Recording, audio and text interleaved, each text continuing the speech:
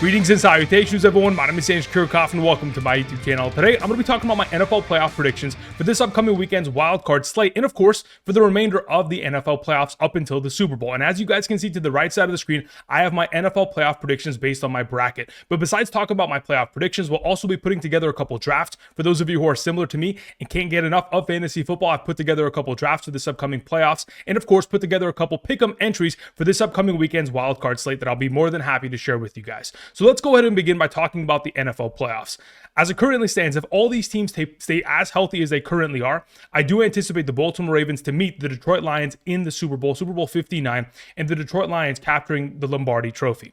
Now, as to whether or not this is going to take place, this time last year, I had the San Francisco 49ers taking on the Baltimore Ravens. Obviously, that did not come to fruition as the Kansas City Chiefs continue to stay hot last season, and they may, in fact, do so once again this year. As it currently stands, I have them going to the AFC Championship. Obviously, they match up very well with the Baltimore Ravens. It's purely just going to be a matter of who's healthy and who's coming ready to play to get to the Super Bowl. Obviously, Patrick Mahomes has done it many times in his career. He could very easily do so once again. Either way, with these predictions, as I have the Baltimore Ravens and the Detroit Lions getting to the Super Bowl, I've gone ahead and I've put together a couple drafts via Underdog in regards to the NFL playoffs. If you're like myself and you want to continue to be, active within the fantasy football realm, you can do so via the NFL playoffs. Again, they have upcoming playoff drafts which you could take advantage of and participate within via their website right now. Now, as we travel to Underdog, you can take advantage of participating in the Gauntlet, the Mitten 3, the Little Gauntlet, the Summit. There are many of different drafts in which you can participate in order to still get your fantasy football fix going into the NFL playoffs. Of course, many of these drafts, again, 6 teams,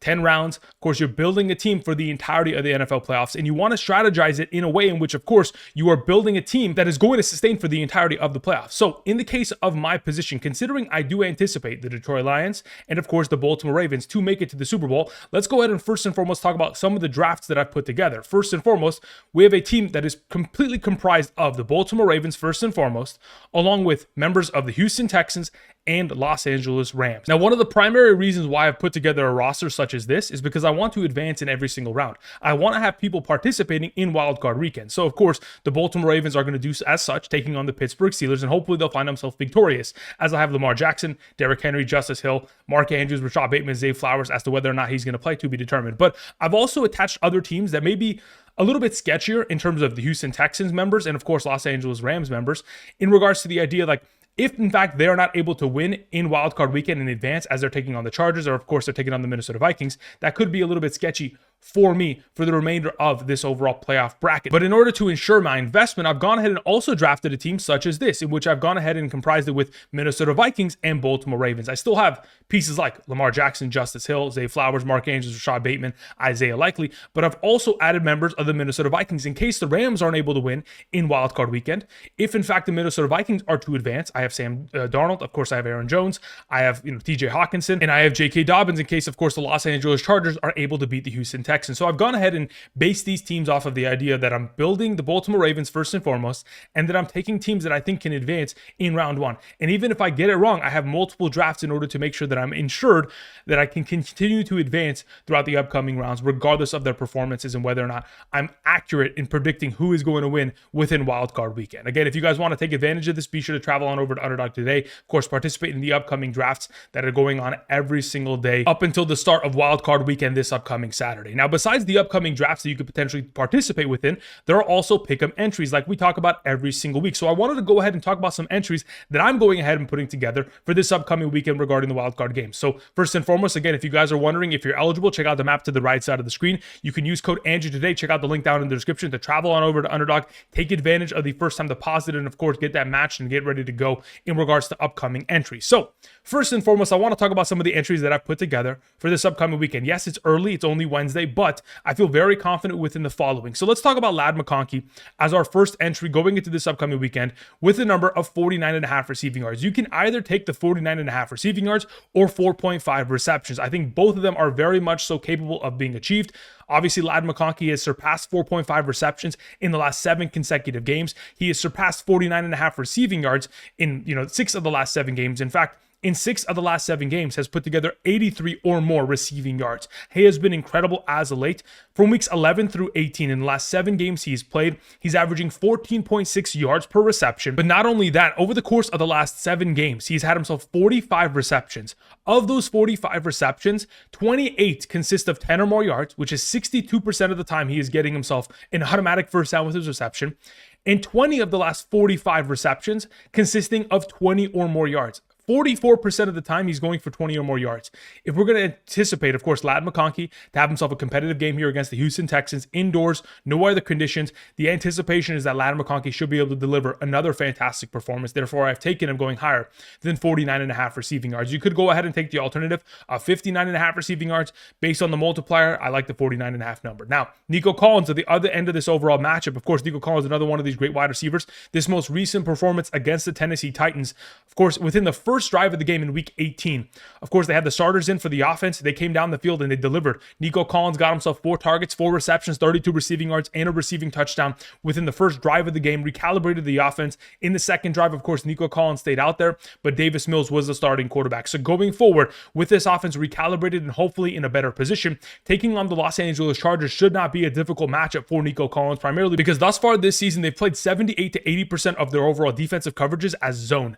Over the course of this season, Nico Collins has been one of the best wide receivers against zone coverage, averaging 2.74 yards per route run against zone coverage, which is the 4th best number amongst all wide receivers in the National Football League thus far. He's the 2nd highest graded player in terms of PFF performances against zone coverage. The anticipation is that Nico Collins, who's been able to surpass this number of 5.5 receiving yards on many of occasions over the course of the season, and of course, like I just mentioned, back in week 18, in one singular drive of the game, had 4 receptions. We would anticipate whether or not the Houston Texans are going to win this game, they're going to have to get Nico Collins involved at a high pace. And considering we have seen this Los Angeles Chargers secondary struggle mightily against elite number 1 wide receivers, most recently Mike Evans having himself a day of over 100 receiving yards, and of course this most recent week Jacoby Myers 9 catches over 100 and a touchdown, the expectation is that Nico Collins should very easily surpass 5.5 receptions. Then we move on to Justin Jefferson, 5.5 receptions for him as well. When we're talking about elite number 1 wide receivers, this is very easily accomplishable. Even though this most recent game against the Detroit Lions, 9 targets, only 3 receptions, had many of opportunities kind of slip past his hands because of the inaccuracies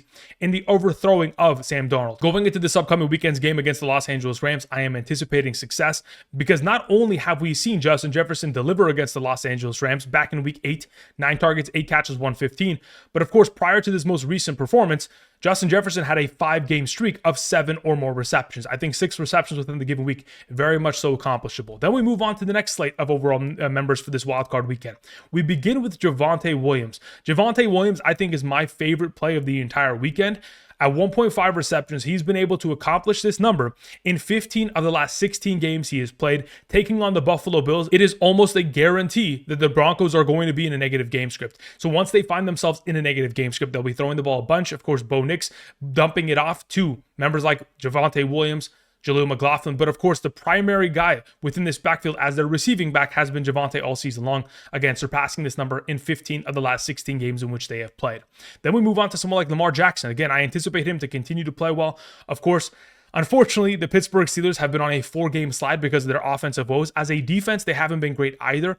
Prior to this most recent game in which Joe Burrow only threw 1 passing touchdown, prior to that game, the Steelers had allowed 2+ passing touchdowns in 5 consecutive games. So the anticipation is that Lamar Jackson should continue his streak of success as he has thrown for 2 or more passing touchdowns in the last 6 consecutive games and has also accomplished this in 10 of the last 11 games. The anticipation is, of course, continued success for an MVP candidate like Lamar Jackson. Then we have Jaden Daniels. Of course, another quarterback that is certainly capable of accomplishing this number. In the last 5 full games in which he has played, he has surpassed 2+ passing touchdowns in each of those 5 games. In fact, has also had himself 3 or more total touchdowns in 4 of those last 5 games. So we know he's going to score early and often. Taking on the Buccaneers again, the Buccaneers have had their struggles with Rattler, Young, and of course, Cooper Rush in the most recent weeks. So it's not like this defense has been elite. They've obviously dealt with a lot of injuries in their secondary. This should be a highly competitive game, hopefully a high-scoring game. Obviously, there's been a lot of time between Week 1's matchup against the Buccaneers, in which Jaden Daniels obviously wasn't able to find himself much success. There's been a lot of learning between Week 1 and now the beginning of the NFL playoffs. Jaden Daniels should be able to find himself with 2 passing touchdowns as well within the upcoming matchup. All right, let's close out with a couple more quarterbacks that I wanted to mention. We have Jalen Hurts, Josh Allen, Lamar Jackson. Of course, we talked about Lamar Jackson before, but Jalen Hurts and Josh Allen, Of course, the idea of them scoring rushing touchdowns amongst all quarterbacks in the National Football League, they have the highest tendency of doing so. And across the entire history of the NFL, probably have the highest tendency of doing so based on their recent production. Of course, Josh Allen has scored a rushing touchdown in 6 of the last 7 games. He's at least gotten 1 rushing touchdown minimum. The expectation is, of course, them continuing to score 30 plus points as a team on a consistent rate. And when they get down into the red zone, even though James Cook continues to score touchdowns on a consistent basis, Josh Allen should be implicated for another rushing touchdown in a big performance here. Then we have Jalen Hurts, again, very similar. He has scored 1 rushing touchdown in 8 of the last 9 games in which he has played. In those 8 games, scoring a total of 12 rushing touchdowns. It could potentially be 1 rushing touchdown this weekend. It could be 2 rushing touchdowns. There have been times in which he has scored 3. Time will tell, but either way, when we're relying on quarterbacks scoring rushing touchdowns and getting a higher multiplier via Underdog, I think this is a great play going into this upcoming weekend slate of games. Now, again, I do want to mention a couple alternative players that I will go ahead and throw up on screen right now as kind of honorable mentions going into this upcoming weekend and for the remainder of the NFL playoffs. Let's talk about that right now. So I wanted to go ahead and begin by talking about Mark Andrews. Again, Mark Andrews has been on a ridiculous streak of success, having scored a receiving touchdown in each of the last 6 consecutive games. Over the course of the last 12 games in which he has played, he has scored 1 touchdown in 10 of those 12 games, has scored 11 total touchdowns in the last 12 games. Again, he has been a touchdown monster at a 1.31x multiplier. I feel like there's a possibility in which Mark Andrews can once again come away with a touchdown, especially considering the production from tight ends most recently against the Pittsburgh Steelers. We have most recently seen the Cincinnati Bengals tight ends combined for 14 catches, 102. Kansas City, 9 catches for 90 and a touchdown. Baltimore, 7 for 66 and a touchdown. Both Mark Andrews and Isaiah Likely scoring against them. And Cleveland, 8 catches for 56 and a touchdown. They have struggled mightily against opposing tight ends. I would anticipate Mark Andrews to play well if, in fact, you were looking to potentially go ahead and adjust this line. Maybe not go after the risk of a touchdown, but just receptions alone. As you guys can see where my mouse is kind of hovering, this little arrow bar, you can adjust every single line. So theoretically, if you wanted to just take him at 2.5 receptions, you can go ahead and adjust the line accordingly. Obviously, your multiplier gets lessened in comparison to where it is, but I think Mark Andrews this upcoming weekend is a fantastic play. Now, again, another player that I wanted to mention, but isn't playing this upcoming weekend, specifically is Travis Kelce. I'm going to throw up a graphic on screen just so you guys get a sense of how great Travis Kelce has been in the playoffs.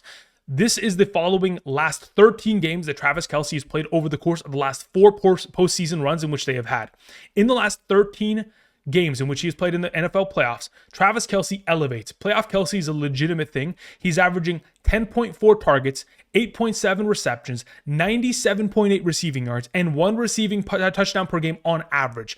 Once Wildcard Weekend has surpassed and you get into the second round of the NFL playoffs, please take Travis Kelce higher on receptions, higher on receiving yards, maybe even scoring a touchdown. The guy is a machine in the NFL playoffs. I don't care what Noah Gray has done as of late. I can assure you Travis Kelce is going to elevate to the next level as we approach. Of course, his most recent performance against the Pittsburgh Steelers, of course, kind of demonstrates that he can certainly be a very effective member of his offense. But either way, again, there are many plays in which you could put together. Be sure to go ahead and travel on over to Underdog today. Use code Andrew to go ahead and get that first-time deposit match and get all those overall advantages. But outside of that, that's going to cover it for me today. Thank you, everybody, for watching. Again, you can go ahead and put together some entries for this upcoming weekend. The lines are going to change as we continue to approach this upcoming weekend. Players like Zay Flowers being absent could, again, increase the overall utilization of Mark Andrews. So you go ahead and take him higher than 3.5 receptions. That could also work going into this upcoming weekend. Again, like I mentioned before, I really do like the play of Javonte Williams going higher than 1.5 receptions.